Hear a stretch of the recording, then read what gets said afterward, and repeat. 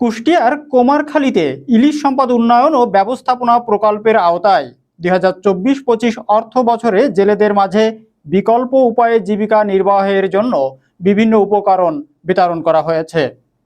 কুষ্টিয়া কুমারখালী প্রতিনিধির পাঠানো তথ্যচিত্রে দেখুন বিস্তারিত।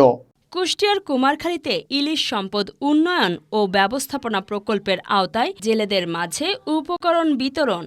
শনিবার সকালে উপজেলা মৎস্য কর্মকর্তা কার্যালয়ের উদ্যোগে উপজেলা পরিষদ চত্বরে এই বিতরণ কার্যক্রম অনুষ্ঠিত হয়।